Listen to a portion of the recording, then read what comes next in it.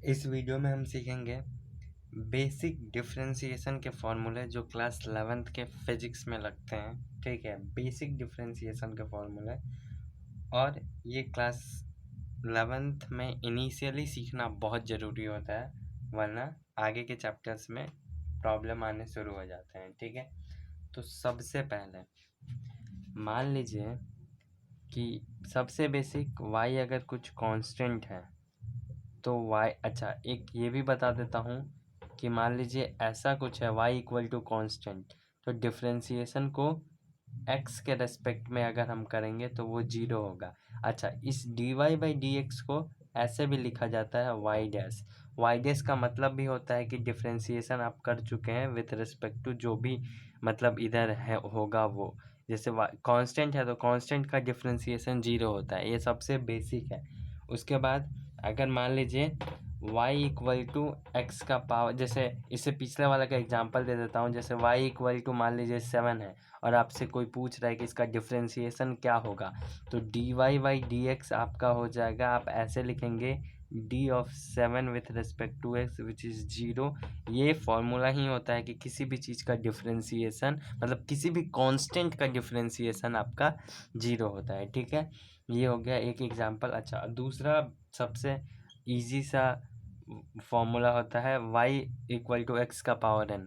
तो इसका y dash मतलब डिफ्रेंसिएशन y डैश को क्या लिख सकते हैं, dy बाई डी एक्स। ठीक है, इसका होता है आपका n x n-1। मतलब ये वाला जो n है वो आप ऐसा इमेजिन कर सकते हैं कि ये जंप करके नीचे आ गया है। ठीक है, ये वाला चीज़ जंप करके नीचे आ गया है और जो ऊपर था उसमें से -1 हो गया है। अच्छा चलिए इसके न्यूमेरिकल्स देख लेते हैं, मतलब कुछ एग्जांपल देख लेते हैं। मान लीजिए कि हमने दे दिया y इक्वल टू आपका दे दिया एक्स स्क्वायर। ठीक है, तो इसका y डैश क्या होगा, इसका y डैश होगा 2x 2-1। ये वाला 2 नीचे मतलब जंप करके आ गया और इसमें से 1 सब्ट्रैक्ट कर देंगे तो इसका होगा डिफ्रेंसिएशन 2x।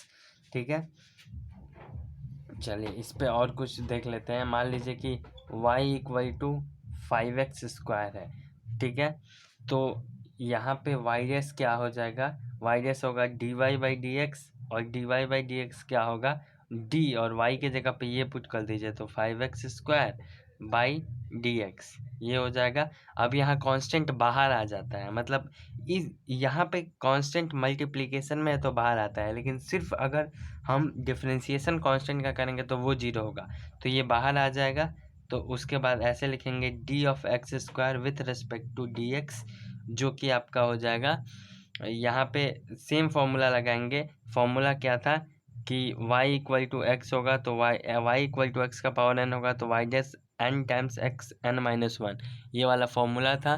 तो उसी हिसाब से यहाँ एक्स स्क्वायर है तो वही 2, ये 5 तो मल्टीप्लिकेशन में था, 2 जंप करके नीचे आ जाएगा और x का पावर 2-1 मतलब x, तो इसका डिफ्रेंसिएशन हो जाएगा 10x। ठीक है, इसका डिफ्रेंसिएशन हो जाएगा 10x आपका। ठीक है ना, चलिए अब दो, अभी तक हमने दो फॉर्मूला सीख लिया। दो फॉर्मूला क्या था, पहला फॉर्मूला कि अगर y इक्वल टू कॉन्स्टेंट है तो y डैश इक्वल टू आपका 0 हो जाएगा। ठीक है, दूसरा फॉर्मूला ये था कि अगर y इक्वल टू एक्स का पावर n है तो y dash equal to n times x का पावर n-1 हो जाएगा। नोट कर सकते हैं अगर आपका मन हो तो। ये दो फॉर्मूला हो गया। ठीक है, ये दो फॉर्मूला होने के बाद अब तीसरा फॉर्मूला। ठीक है, बेसिकली ये सब में बच्चों को दिक्कत नहीं आता है, दिक्कत कहाँ आता है, साइन वाले में, और उसका मैं बहुत ही अच्छा ट्रिक दूंगा। उसको याद कैसे करना है हमेशा के लिए याद हो जाएगा अगर एक बार वीडियो अच्छा से किसी ने देख लिया तो। अगर मान लीजिए y इक्वल टू ई का पावर x है तो y डैश भी ई का पावर x ही होगा। ये बहुत अच्छा कंडीशन है, ये सबको याद होता है क्योंकि इसमें चेंज ही नहीं होता। फॉर एग्जांपल मान लीजिए अगर मैं दे रहा हूँ y equal to e square तो इसका y डैश भी होगा ई स्क्वायर ही होगा, इसमें चेंज ही नहीं होगा। ये सबसे अच्छा केस है। तो तीसरा फॉर्मूला आपका ये हो गया, अगर y इक्वल टू ई का पावर x होगा तो y डैश मतलब उसका differentiation with respect to x आपका सेम ही चीज़ होगा। ये हो गया तीसरा। ठीक है, अगर नोट करना है तो आप नोट कर लीजिएगा। पहला फॉर्मूला क्या था, y इक्वल टू अगर कोई भी कांस्टेंट होगा तो वाई डैश इक्वल टू 0। दूसरा वाई इक्वल टू अगर एक्स का पावर एन होगा तो y dash equal to n times x का पावर एन माइनस वन। और तीसरा फॉर्मूला ये हो गया आपका पहला, ये हो गया आपका दूसरा फॉर्मूला। और तीसरा फॉर्मूला है कि अगर y इक्वल टू ई का पावर x होगा तो वाई डैश में क्या बोल रहा हूँ, differentiation of y with respect to x होगा आपका वाई डैश, और वाई डैश आपका हो जाएगा सेम ही ई का पावर x। अभी तक ये 3 फार्मूला हमने देखा है, नोट करना हो तो आप नोट कर लीजिए। ये 3 फार्मूला हो गया, ठीक है। अब ये 3 फार्मूला होने के बाद चौथा फार्मूला आपका है ये, अगर मान लीजिए y equal to log of x है, ठीक है, तो y dash equal to 1/x होता है, ठीक है। फॉर एग्जाम्पल मान लीजिए y इक्वल टू लॉग 4 है, ठीक है, तो वाई डैश आपका हो जाएगा 1/4, ठीक है। इसको x की तरह ट्रीट कीजिए, तो जो यहाँ पे होता है वो नीचे आ जाता है, ठीक है। तो y अगर log x है तो y डैश 1/x हो जाएगा, ठीक है। तो मान लीजिए y इक्वल टू लॉग 4 था, तो इसका डिफ्रेंसिएशन मतलब इसका डिफ्रेंसिएशन y डैश 1/4 हो जाएगा, ठीक है ना। ये क्लियर है। 4 फॉर्मूला हो गया ये आपका, यहाँ तक तो किसी को दिक्कत नहीं आता। अब ये बेसिक था 4 नॉर्मल वाला। अब आपको मैं बताता हूँ कि अच्छा एक और है, वो भी देख लीजिए। मान लीजिए y इक्वल टू ए का पावर x है, तो आपका y डैश हो जाएगा ए का पावर x log a, ठीक है। मान लीजिए इसी को एग्जांपल के थ्रू बता देता हूँ। मान लीजिए y equal to a square है और इसको आपको डिफ्रेंसिएशन करना है विथ रिस्पेक्ट टू x, तो आपका y डैश हो जाएगा, देखिए जो होता है वो होता ही है, और log के अंदर जो बेस वाला होता है वो आ जाता है, बेसिकली यही ध्यान देना था। तो जो यहाँ पे है वो होगा ही, और लॉग के अंदर ये लॉग का अंदर ये वाला बेस आ जाएगा, तो लॉग है, ठीक है। यहाँ तक क्लियर है, ठीक है। चलिए अभी तक हमने 5 फॉर्मूला देख लिया, एक बार फिर से देख लेते हैं। अगर y इक्वल टू कॉन्स्टेंट है तो y डैश 0 होगा, पहला फॉर्मूला। दूसरा फॉर्मूला, अगर y इक्वल टू एक्स का पावर n है तो y dash equal to n times x का पावर n माइनस 1 होगा, दूसरा फॉर्मूला। तीसरा फॉर्मूला हमने देखा था कि यदि y इक्वल टू ई का पावर x है तो y डैश भी आपका e का पावर x ही होगा, चौथा फॉर्मूला। अगर y equal to log x है तो y dash equal to 1/x होगा। ये y डैश में कंफ्यूज नहीं होना है। y डैश क्या है, y डैश आपका है differentiation of y with respect to x, ठीक है। और ये 5वां फॉर्मूला हमने देखा कि y इक्वल टू मान लीजिए a का पावर x है, तो y डैश आपका हो जाएगा a का power x times log of a, ठीक है ना, ये हो जाएगा। ये 5 फॉर्मूला अभी तक हमने देखा है। इसके बाद हम अभी साइन वाला का अच्छे से करेंगे, साइन कॉस में क्या होता है क्या नहीं, मतलब ट्रिग्नोमेट्री वाला का अच्छे से करेंगे, और बेसिकली यूज वही होता है बहुत सारा जगह पे, ठीक है ना, तो वो अच्छे से करेंगे अभी इसके बाद, ठीक है। अब आता है वीडियो का सबसे मेन पार्ट, और आप ऐसा बोल सकते हैं कि वो बहुत अच्छा ट्रिक है जो मैंने बनाया है, और इसी के लिए मैं वीडियो बनाना चाह रहा था, पर मैं सोचा थोड़ा पहले का भी बेसिक दे देता हूँ, क्या जा रहा है उसमें। तो देखिए, वैसे एक बार मैं लिख देता हूँ, जिनको नोट करना वो नोट कर लें, पर नोट करने से ज़्यादा इम्पोर्टेंट है कि वो आपको याद रहना चाहिए, जिसके लिए मैं ट्रिक बताऊँगा। पर पहले मैं लिख देता हूँ, ठीक है कुछ ऐसा कि मान लीजिए पहला फॉर्मूला है कि अगर मान लीजिए y equal to sine theta है तो y डैश इक्वल टू आपका होगा कॉस थीटा। दूसरा फॉर्मूला है y equal to cos theta है तो y डैश इक्वल टू होगा माइनस ऑफ साइन थीटा। तीसरा फॉर्मूला है कि अगर y इक्वल टू आपका tan थीटा है तो y dash equal to sec square theta होगा। चौथा फॉर्मूला आपका है कि y equal to cot theta है तो y dash equal to minus cosec square theta होगा। पांचवा फॉर्मूला है कि y equal to sec theta अगर है तो y dash equal to sec theta tan theta होगा। अगर छठा फॉर्मूला, यही 6 फॉर्मूले हैं जो बेसिकली यूज होते हैं।